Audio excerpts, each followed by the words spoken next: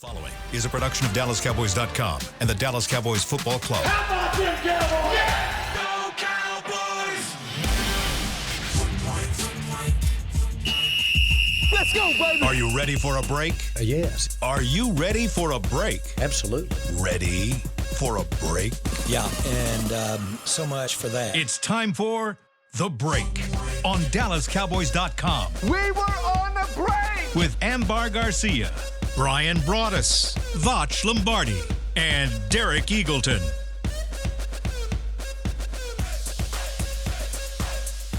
It is Monday, September 22nd, 2025, Season 21, Episode number 42. Welcome to the latest edition of The Break. We are live from the SWBC Mortgage Studios at the Star. We're presented by LG. LG is the world's #1 OLED TV brand for 11 years and counting. See why at lg.com/OLED Evo. Today we break down Cowboys' loss yesterday. They lose in Chicago, 31-14.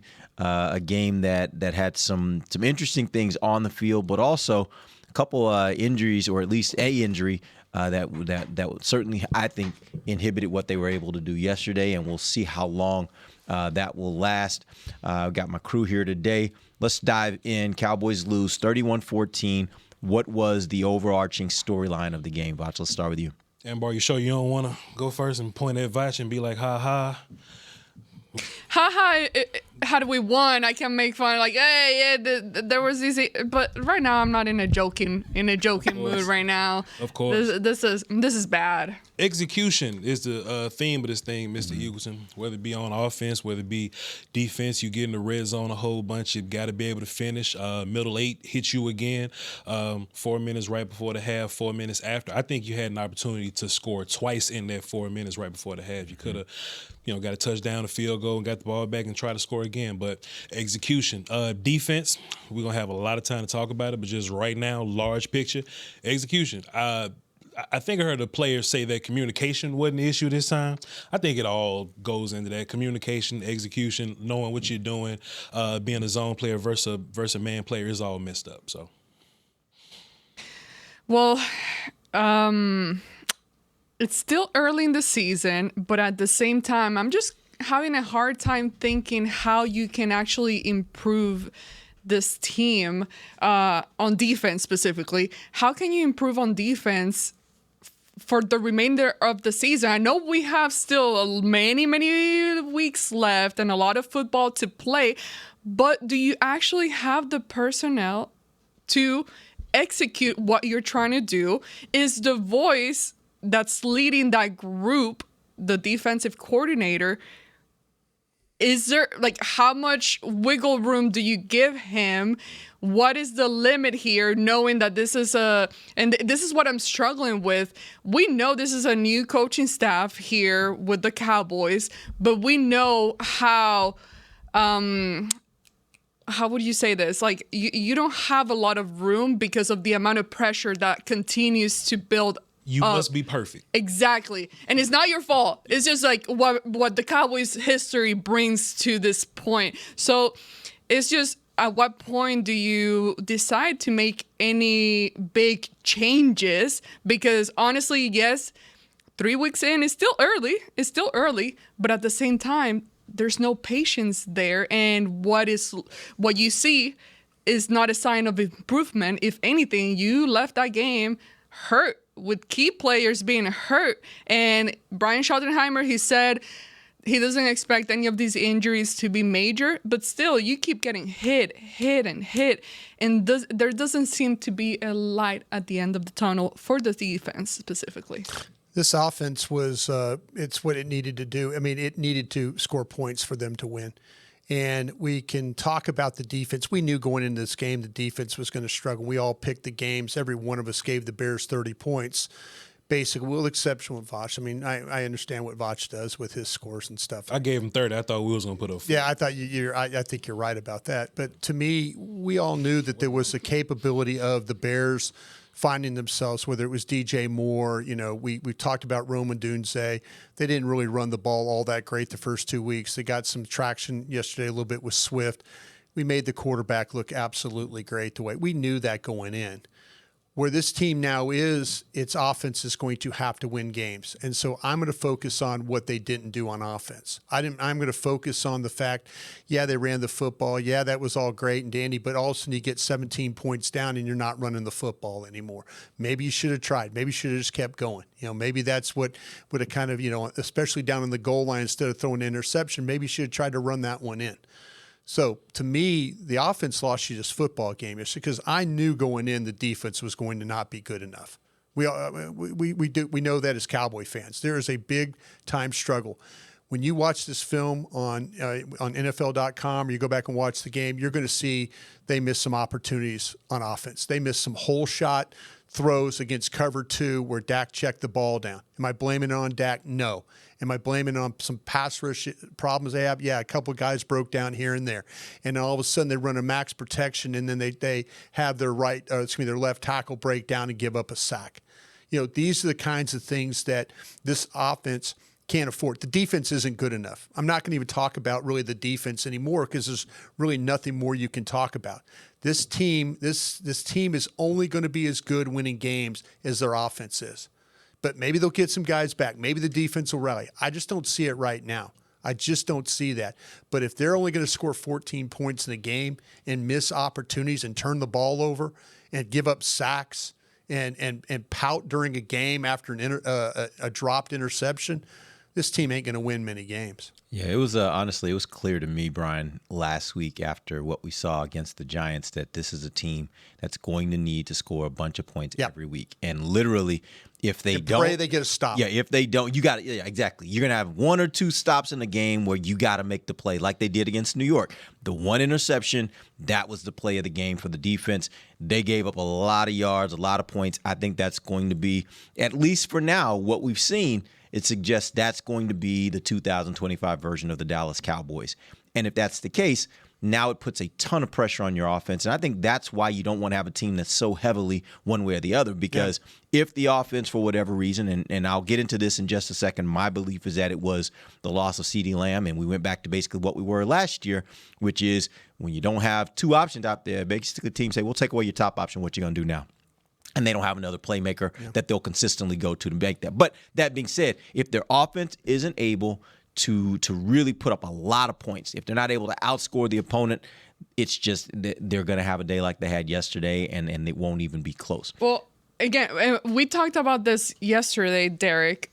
The scariest part to me is when you look at the schedule, this half of the season is supposed to be, quote unquote, the easier half of the season. Like after the bye, you start facing other teams that it's going to be a tough challenge. So it's so concerning to know that you're struggling this much. Even in the win against the Giants, you were struggling because look at how that game turned out to be. And it was against the Giants. No disrespect, but it was against the Giants. So again, when you see how you're struggling right now and you look at what's ahead, it's like, oh my God, how do we fix this? Well, you hope that maybe you get some guys back. Yeah. And Voch and I were talking about that this morning a little bit, that maybe you get some of these corners back that can play the way that maybe Flus wants to play. But there's things on this defense that are just, it's glaring. When you have guys that are wide open, and I'm, when I worked across the hall there,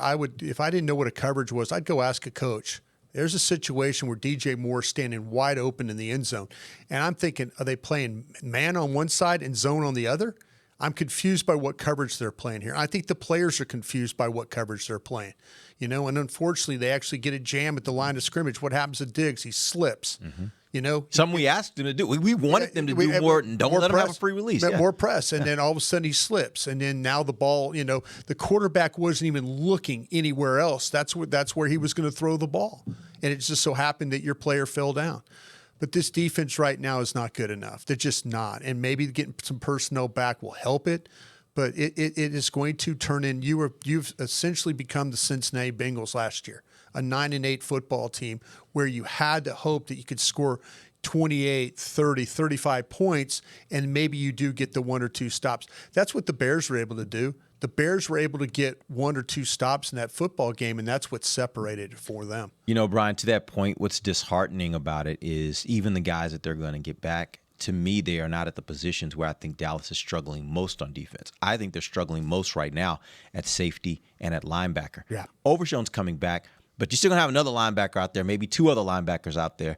And I just don't think right now in the scheme that they're being asked to play, it looks like, and again, this is just from looking and what you think you're observing, it looks like they're a bit lost on, when you're playing a zone, yeah, you got to play the zone, but you also have to understand what the team is throwing at you. Who are the players that could possibly threaten your zone? And sometimes you move outside of that zone because the guys that are left that are in the area that could threaten your area, and they just don't seem like they have a great feel for where they should be playing the zone. And I don't think you're going to get much help from the injured, from the guys that are injured that'll be coming back in those areas, basically up the middle of the field. Yeah. That just seems like it's something they're going to have to get better, or you're going to have to change the scheme, and I'm not sure that either one is something that you do in season and think that you're going to get a lot better from it. Maybe not hurt guys coming back, but we did see Wanye play a little bit. There you go. I knew you were going to bring that up. So yeah. Donovan Wilson, and hey, the coaches are going to say, "Oh, we just wanted to see blah blah blah," but we all got eyes, and Wanye is better fit to do some deeper zone things than Donovan is. And maybe, just maybe, and this is me trying to be as positive as I could possibly be. When Revel, just watching his film in college, they did a bunch of that zone stuff, some match things. He can play man, but for the most part, it was a bunch of zone. Maybe it's a fit thing, right? If Revel may not be a better corner than Kyer Elam right now, but if he understands better, then maybe he's a better fit right now. As far as your safeties go, you are right. There's nothing you can do outside to go get big change right now, and I think that this is a coaching staff, front office. It could be. I don't know. I just started working here. Maybe they want to lean on the guys that make more money right now. Yeah. I don't know, but I think there are some young guys that can move around a little bit better, a little bit more athleticism, and sometimes you just got to take guys out of some fire. Donovan Wilson, when he's in a whole bunch of space, that's not good for him. When it's right in front of him, he broke up this almost touchdown, but it was right in front of him. Right. And all he had to do was take 3 steps and hit somebody. That's what Donovan Which he does. He does that well. That's what he's real good at.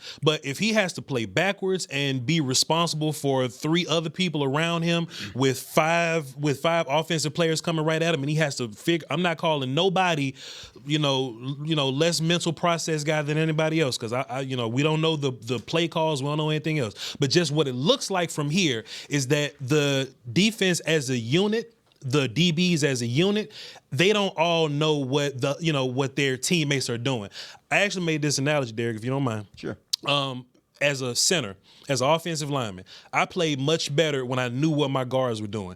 What angles am I taking as a down block if I know somebody was pulling right behind me, right? Or if what tackle was doing just, hey, we need to double team this guy. It's just certain things that you do differently when you know what the man next to you is doing.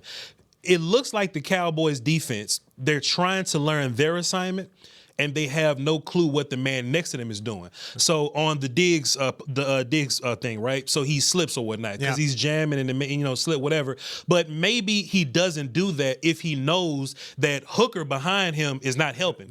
Because Hooker's in man. So Hooker stepped over, and maybe if Diggs is thinking, okay, well, if I miss and slip here, maybe I'm fine. But if Diggs thinking, okay, well, I know Hooker's not behind, maybe he plays a little more conservative, right? On some of these 3rd and 2s, there's this image floating around social media. It's hilarious. It's 3rd and 2, and all the corners is like 10 yards away. Maybe if you go, all right, they're back there. Let me step up on this 3rd and 2 a little bit because I at least have a feeling what they're doing. Or if it's 3rd and 10, don't jam. I think everybody's got to come together and figure this out. But what you got to ask yourself is, how many games do you lose trying to figure this thing out? Right. I think that's the biggest issue for the Cowboys right now. And I will throw this in real quick. I know last week we talked a lot about Donovan Wilson at safety. I think Malik Hooker had some issues this game as well. Last game, I thought Hooker played pretty well.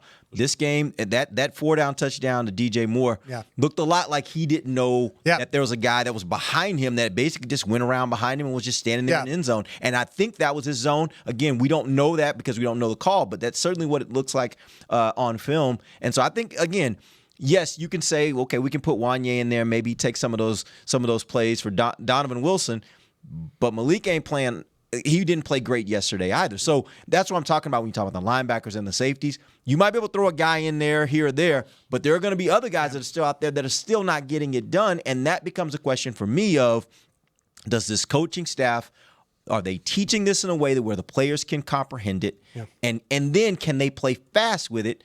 Or are they just not capable? Is this outside the wheelhouse of what they do best, in which case you're putting them in a bad situation? I think this is deeper than just the players. I think the coaches have a lot of culpability in it. There's no question that the coaches have some involvement in this one too. But to me, it maybe the answer is if you would like to go ahead and see Bell play down and then Thomas play deep, if you want to play some but you might be in the same situation. I don't know about playing Bell deep. I think Bell is a much better player near the line of scrimmage.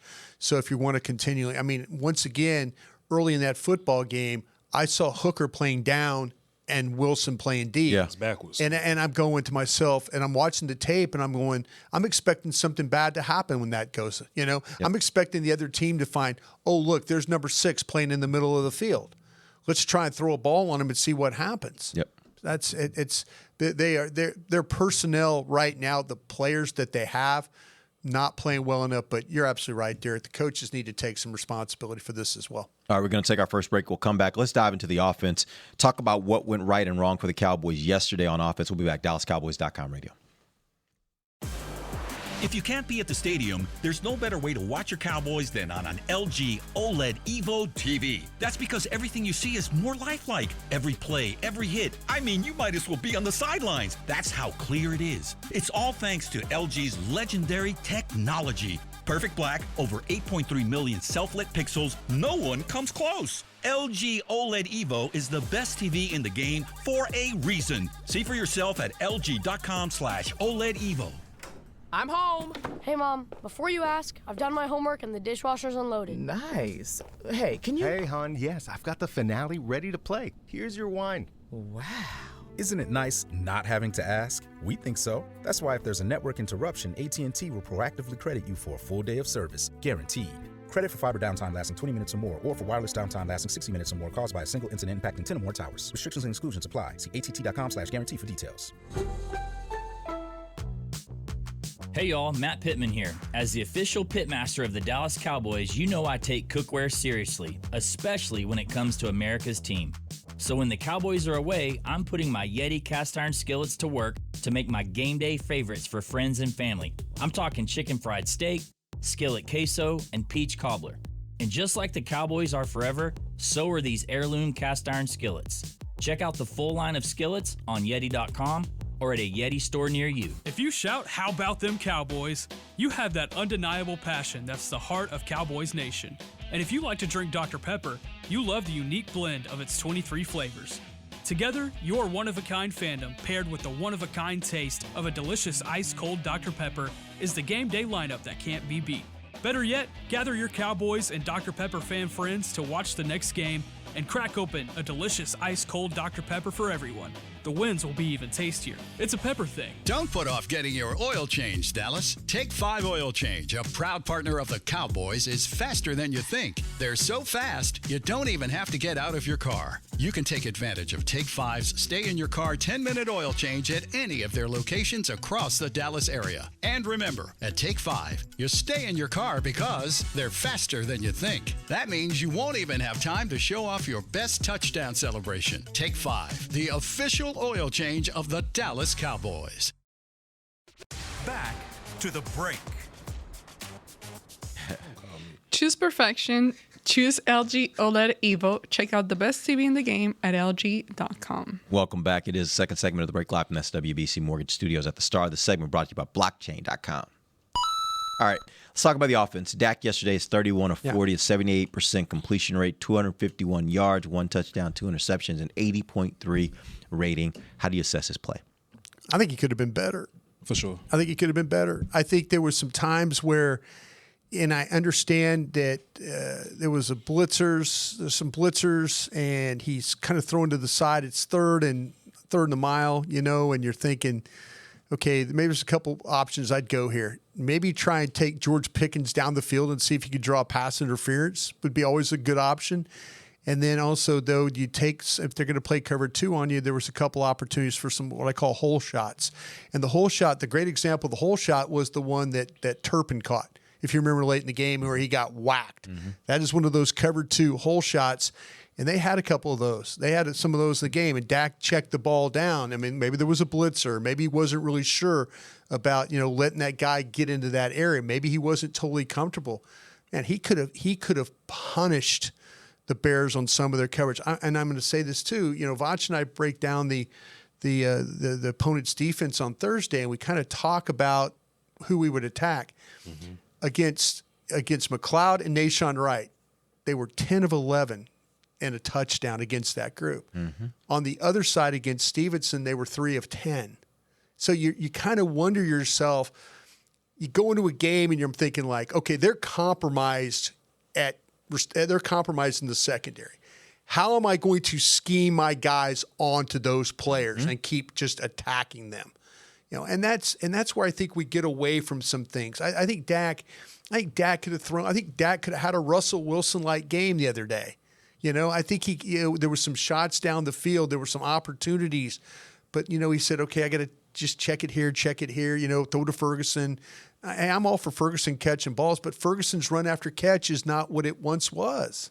It's just not. So that's the thing that was a little bit disappointing. I'm glad Dak did what he had to do, but man, they missed some plays on that field that could have really maybe turned that game around. Bryan Broaddus, would you say that I don't want to say critical because that's like, a big word there, but like critique of Dak comes from the idea that the defense isn't playing great at all? Because normally I feel like I like that side of Dak. If the deep ball is there, take it, of course. But if it's a little weird, but you can maybe hero ball it a little bit, I don't mind him taking the safer play. Like, hey, like get 6 yards and move the sticks, and we'll just keep playing offense. Yeah. If anything I want from this Cowboys defense is just to don't die so quickly. Buy us some time for the offense to just kind of figure this thing out. I go back to the Niners or whatever. They got Mac Jones playing quarterback over there. But what that defense will at least do is buy you time at least until Mac Jones and run game and all those other guys can figure something out.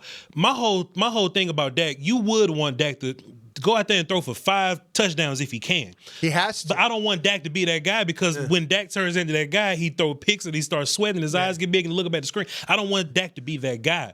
You know what I'm saying? I want Dak to just keep the ball safe and let's run the ball. And look, this goes to Shotty. I can be critical of you too. This the first game where I'm kind of super critical of you, but have a feel for timeouts, how to use them, when to run the game, clock management, all this kind of stuff. I think this goes along with like play calling and being the head coach at the same time. Well, right? Yeah, let's hold. I want to get to that conversation about game management because I think that's something that we certainly have to talk about. But just Dak, but just from the standpoint of Dak and Bryan, I'll throw this like as a part of that question.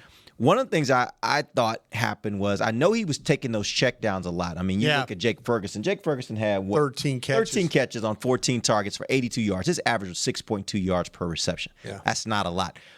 Part of that, I think, also is there was a time in Jake Ferguson's career He makes somebody miss when the first guy didn't necessarily take him down. And again, Jake is making the catches. That's good. Jake is 1 year. That was 1 year. Jake is getting the yards that are there. Great.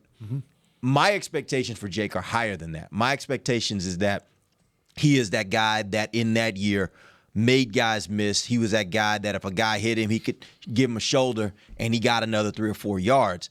That's not necessarily what we're seeing. What we're seeing. So is that also part of the issue of if you're going to take these checkdowns, you don't have guys that are necessarily beating their guy, beating that one person that's out there to make the tackle to get more than just the yards that you get in the air yards that you get. Yeah, I the only thing that I have no problem throwing the ball. Like I could say, throw the ball to Williams, throw the ball to Ferguson. I'm just saying though. When Dak sat on that plane last night flying home with you guys, he looked at that pad and he's going, damn, I can't believe I missed that. I didn't see that one. There was one time too, it was just, and I sound very critical of Dak, and I hate to do this to him, It just is what it is. But he's your best hope. Yeah. He's your If you're gonna win, he's got to play great. He's got to be he's got to be an MVP, and that's just where this team is right now. And by the way, he was the first 2 weeks. Absolutely, he was playing at that absolutely. level. Yeah. And he played well yesterday. Don't get me wrong. The last interception, I put that on Simon Chadi. Run the damn ball in. Yeah. Just run it in. You're gonna be fine there. But he's going to look at this, and you're right. Does he force some things? But I think Dak's to that point where if he when he went back and watched that game, he's going to see Turpin in the hole. He's going to see Pickens in the hole. He's going to see Tolbert, on a switch route going up the field open. It's like in two right before half, and this is where Shoddy got me burning the early timeout. Mm-hmm. You burn an early timeout. Either punt it or go for the first. Mm-hmm. Don't try and draw people. Just do it. Don't have to use a timeout there and then now you don't have a timeout in the half. This is 2 weeks in a row where you haven't had a timeout at the end of the half. And you got a field goal kicker that can make it from the middle of the C in the field. Yep. And see, those are the things. And Dak, he scrambles out. If he throws the ball down the field right before half, there's an opportunity to maybe get the ball down there to midfield. But what does he have to do? He has to throw the ball short, and the clock runs out because he's throwing to a guy that couldn't get out of bounds, Ferguson. I'm just saying.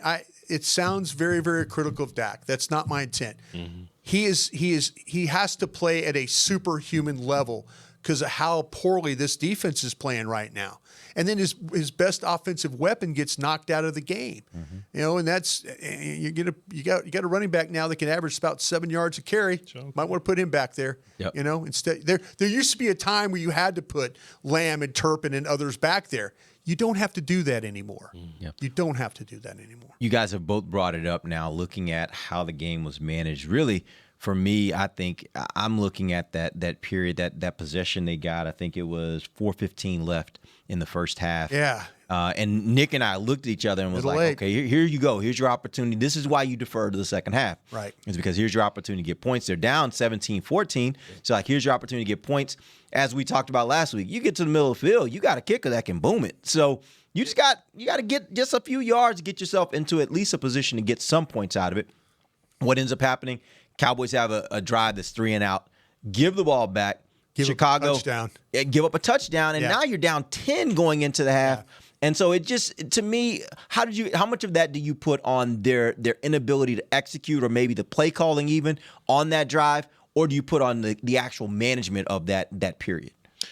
It's a little bit of both, because if you miss out, that's what, 17-point swing if you do it properly or whatnot. And then they came back and ran 19 plays on you after the next punt. It's a totally different drive. Game. It's a totally different game. 7 first downs along the way. And they were running the ball, by the way. And look, maybe you gotta talk to the PFF people. Maybe you kick early. Yeah. You know what I'm saying? Some crazy thing. Because I don't even understand it. But maybe kick early, then give it to them with 3 minutes. Try to play some defense, and maybe they're less aggressive because of that. And then you get the ball, and then you try to score. But the one thing I can give Mike McCarthy, and I've been beating him down since I got here, but they knew how to hit those passes on the sideline, get out of bounds, and at least give Aubrey a shot. Every time that they've had an opportunity for the middle eight this year in the past 3 games, they haven't been good at it. They haven't been good at it going into the half and getting the ball back coming out of the half. And I would assume that has to be on Shoddy, knowing how to navigate. Because, look, there's even times in the game to where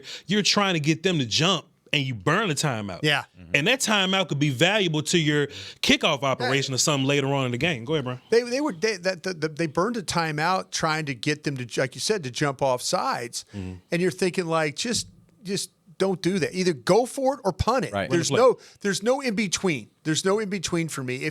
If you're going to burn, and what's happened the last 2 weeks, they've missed opportunities to have a timeout left. Like all of a sudden, you complete the ball down the field, and then you have a timeout. Well, you don't get out of bounds, you use the timeout right there, and then be able to take another shot. So some game management stuff has been a little bit suspect going into halves of these games, and then coming out of half has been a little bit of a problem the last 3 weeks. You were great in Philadelphia the first half of that football game. Second half, not so good. The Giants, you came out, but then you kind of figured some things out a little bit later and then got the win. Yesterday, boy, that was just a bad middle eight for you right there. That just going in, and then you giving up a touchdown out of that made it even worse. Yeah. All right, we're going to take our final break. Let's come back. Got a few more points I want to make on the offense, and then we'll dive into a little bit more on the defense and some deeper conversations on the defense. We'll be back. DallasCowboys.com radio. Every day begins with a promise to work hard and to build a future. That's why we're here, providing the tools, expertise, and John Deere equipment you have relied on for generations to help you get the job done right. We're with you. That's our promise to you, because no matter the project or the challenge you're facing, We're with you. We're united.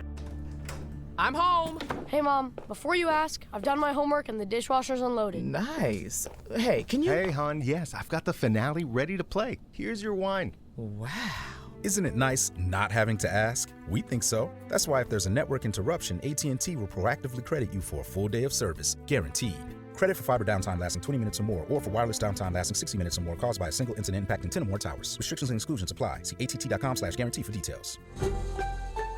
It's the official men's skincare brand of the Dallas Cowboys, Jack Black. And right now, Cowboys fans can get 15% off their $75 order. Plus, because every deal needs a playmaker, your order will include a free 5-piece skincare set and free shipping. The Jack Black Playmaker is 4 of Jack's favorites and a full-sized intense therapy lip balm. Make a play for the playmaker at getjackblack.com/Cowboys with the code CowboysVIP. That's getjackblack.com/Cowboys with the code CowboysVIP. How's it going? You see that Cowboys game? Oh, I watched. Been seeing some good things. Totally. They have some talent. Yup, some great talent. And they got some fight. Hoping this is the year. Me too. Oh, I'm Cody, by the way. I'm Travis. Nice to meet you, Travis. Go Cowboys. Go Cowboys! Make a new friend based solely on their shirt choice. What would you like the power to do? Bank of America, the official bank of the Dallas Cowboys. Copyright 2025 Bank of America Corporation. From the field to the festivities, Lucchese embodies the essence of luxury and tradition. Handcrafted with meticulous precision, each pair offers unmatched comfort and style. Stand tall while you're tailgating or cheering in the stands with the Dallas Cowboys collection by Lucchese.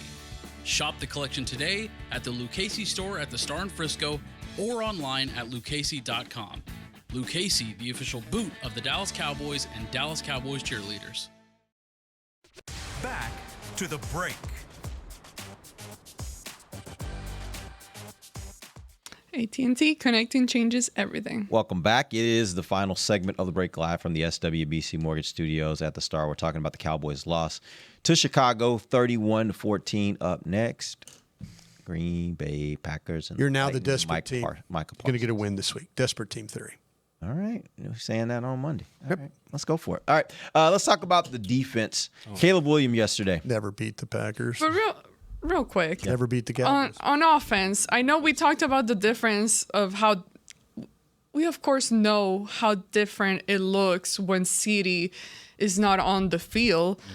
But wouldn't you think, and we've been talking about this offense having so many different weapons and this and that, wouldn't you think you would be able to manage it and figure it out, at least in one game? I'm not saying you can deal with going through the whole season without a CeeDee. Sure. But in a game like that, against an opponent like that, wouldn't you think you have enough guys that can do things and generate what you need to generate in order to get into the end zone? I could be wrong, and somebody can text me and tell me if I'm wrong.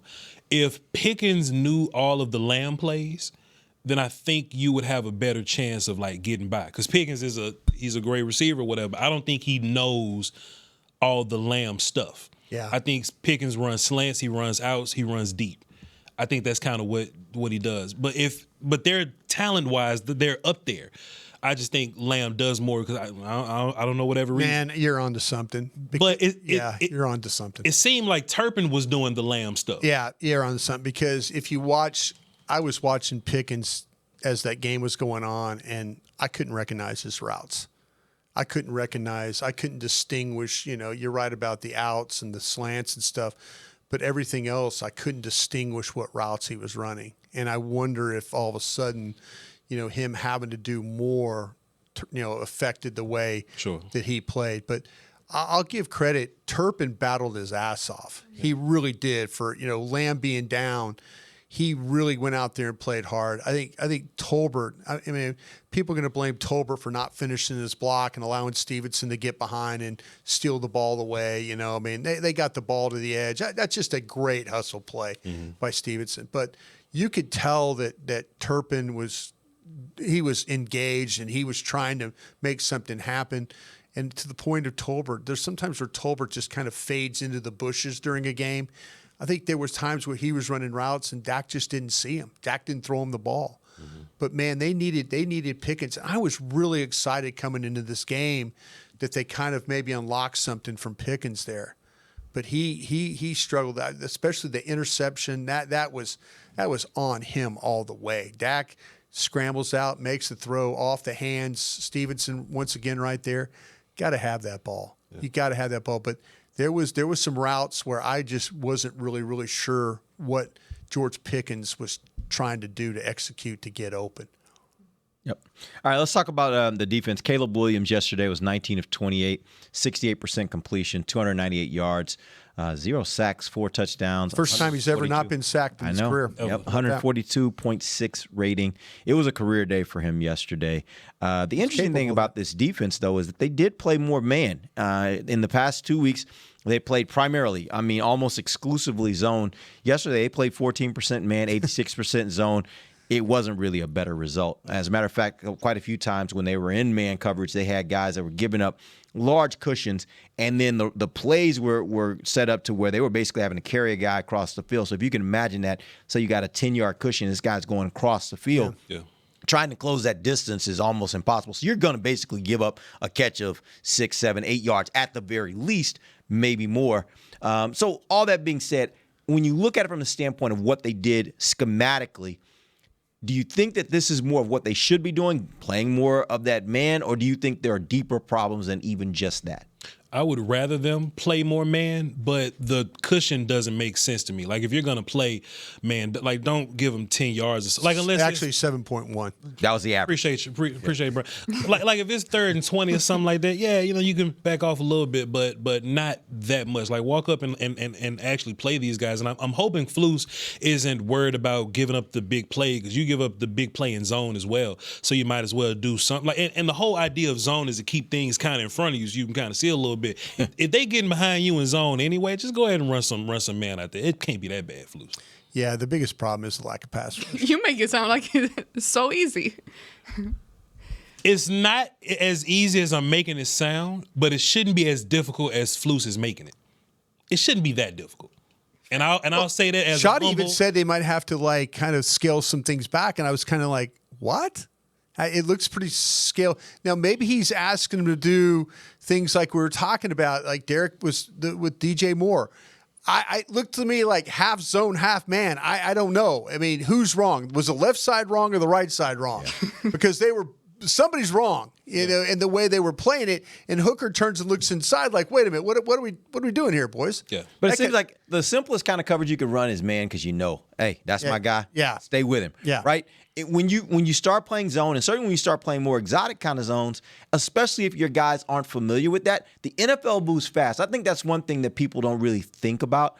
If you're not a zone defender, you're not used to playing zone, yes, and you're being asked to do that, now you're having to adjust on the fly as things happen. So what they did a lot yesterday, the Bears offensively, they basically flood a zone. And what I mean by that is basically they would take, if you're playing zone, they'll basically say, okay, well, on this side of the field, we may not have a single receiver out in coverage. I mean, in a route on that side of the field. You got 3 guys over there covering those zones. Now we're going to take the other side of the field where you may have the same 3 or a different 3, but it's 3 people, and we'll put four receivers into routes, and we'll just flood that area so you can't cover everybody. If you're not adept at being able to play zone, then that makes it even worse, because you're like, oh my God, there's a guy coming from both ways. Which way do I go? And then, somebody's past you, and here we go, right? I think that's part of the thing here, is that I don't know if these players are really adept at recognizing what's coming at them and being able to adapt to that and play zone in a way to where they really can stop the opponent. Mm-hmm. It's tough. I mean, yeah, you're not wrong. Can I say the pass rush, though, too? can I throw the pass rush in there with or lack of, I mean, it's so evident that these quarterbacks are feeling super comfortable. And Derek, to your point, flooding, and they're making these coaches or these coordinators are making it really easy for their quarterbacks, especially with no pressure. Then all of a sudden, you've got guys, and it's like in that game. Caleb Williams was looking at his receiver when he was throwing the ball. Every time. He just kind of knew that, okay, this is the way the play is called, and Derek's right. Hey, we're going to flood it, and guy's going to be right there, just beyond the sticks. I'm going to throw it to him. It's going to be a first down, and away we go. But they are just not, even when trying to bring extra rushers, just not even getting close. Yeah, even when DeAndre Swift – in the first two games, Minnesota, Detroit, he's having trouble picking up guys. But here you are blitzing it, and you're making him look like he's the best running back pass protector in the league. Yeah. And these are things that you're just playing into this. It's like a weakness of, you're attacking a weakness, but they're coming away just making it work because you're not good enough to take advantage of that situation. So that's the thing to me that's disheartening. But Derek, to your point, you're absolutely right. I mean, to me, they can talk about communication. Execution has been a real problem. And I don't know if these guys, we talk about practicing out here. Do you practice enough? I had one time a guy, and this is during the Mike McCarthy year, a guy called me up on phone and goes, "Hey, you guys practice down there? It kind of looks like your team doesn't practice." Wow. But this was last year, So you wonder with some of the busts that happen or some of the miscommunications, you have to wonder, do you practice? Hey, real quick before you go, I'm gonna let you get to that point. Bryan, as you were talking, I saw this tweet that our guy Tommy Yarish put out about 37 minutes ago. He said, going into Sunday's Week 3 game, Bears left tackle Braxton Jones allowed 12 pressures on 79 pass blocking snaps in Chicago's first two games, which led the team. Against the Cowboys, Jones became just the fourth player in the NFL this season to not allow a single quarterback pressure. There you go. He had 2 sacks, and I get it. Against the Lions, you're going against Aiden Hutchinson and those guys. I mean, it's tough. That's tough. But these 2 tackles, man. We were talking about them on Wednesday. Yeah. Hey, this is how you got to kind of. It sometimes it's numbing when you watch a game and you're going, why not? Why not? And then you watch, and then you see the stats at the end of the game, and it's a loss, and you go, oh wow, really? They completed 10 of 11 balls against Nahshon Wright and against the nickel corner. But they attacked the other guy 10 times, and he stopped. He only gave up 3. How about those other times just stay away and then go over? We all know who Nahshon Wright is. Right. Yeah. That was no shock. Yeah. We all know who he is. Nahshon Wright should have been begging to come off that field yesterday. Yeah. The whole thing. McLeod should have been begging to come off that field yesterday. I hate when that happens. I hate when they don't take advantage of a tackle or put pressure on that tackle, that offensive tackle. Let me be honest. We kind of said this. We felt like that the Bears' offensive line was somewhat better than what the Giants' offensive line. And so that should have been the big red flag right there. If you're not getting pressure on the Giants, are you going to get pressure on the Bears? That's where we should have known better. Real quick, help me with my memory. Going back to when Mike Nolan was here and they were having all those defensive issues and talking about, oh, well, now they needed to start kind of, quote unquote, dumbing it down just to improve the communication and all of that. Remind me, in that season, did it start getting better once they started simplifying things? That defense was carried over the whole year. Bad. Like it never improved a little bit at the end. I don't remember. I'll say this defense, you're talking about the Nolan defense being historically bad. Yeah. I thought the Rob Ryan defense was worse. You do? And I think the Rob Ryan defense has got some elements to what this one has where guys don't look like they're in place. They're not coordinated. They're not coordinated. Yeah. And Rob's trying to do something that the defense is like, whoa, wait a minute, what? And then Rob would throw 10 guys on the field to try and cover, try and play defense, and occasionally forget to put the 11th guy on there. Yeah. But that was strategy. Yeah, this is get it on purpose. This early defense has some of that Rob Bryan elements to it, where guys are running really, really wide open. Yeah.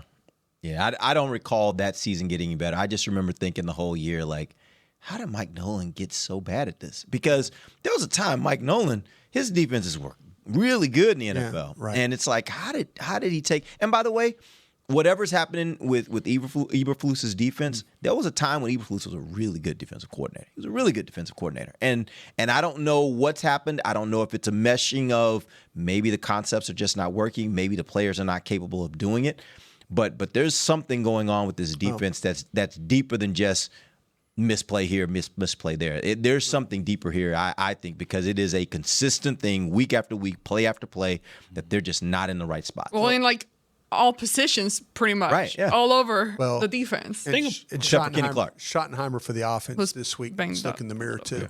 Yeah. Schottenheimer needs to look in the mirror too. That offense should have done better against that defense. Fair. That's absolutely fair. And by the way, we know if they're going to win this year, offense going to have to play great. Unfortunately, it's going to be put on Dak's shoulders. I'm just saying he's one of your best players, and it has nothing to do with how much money you pay him, but he is one of your best players, and he's going to have to play the next 14 weeks like your absolute best player. Yeah, I thought that was a good comparison when you mentioned the Cincinnati Bengals from last year, because Burrow had, by all accounts, in my opinion, an MVP caliber season last year. 9-8. That was just basically because they had no defense. That was the best that they were going to be able to do. And if he didn't have a great game, they weren't going to win. They didn't have it. They didn't have a single shot. And I don't know if it's that just yet for the Cowboys, but it certainly is trending that way, that if Dak doesn't have a great year or a great game, then they just won't win. Yeah. All right, we appreciate you guys joining us. We'll be back tomorrow. We'll take a little deeper look at some of the topics, some bigger topics around this team. I want to talk a little bit tomorrow about we'll get some questions. I actually want to talk a little bit about CeeDee Lamb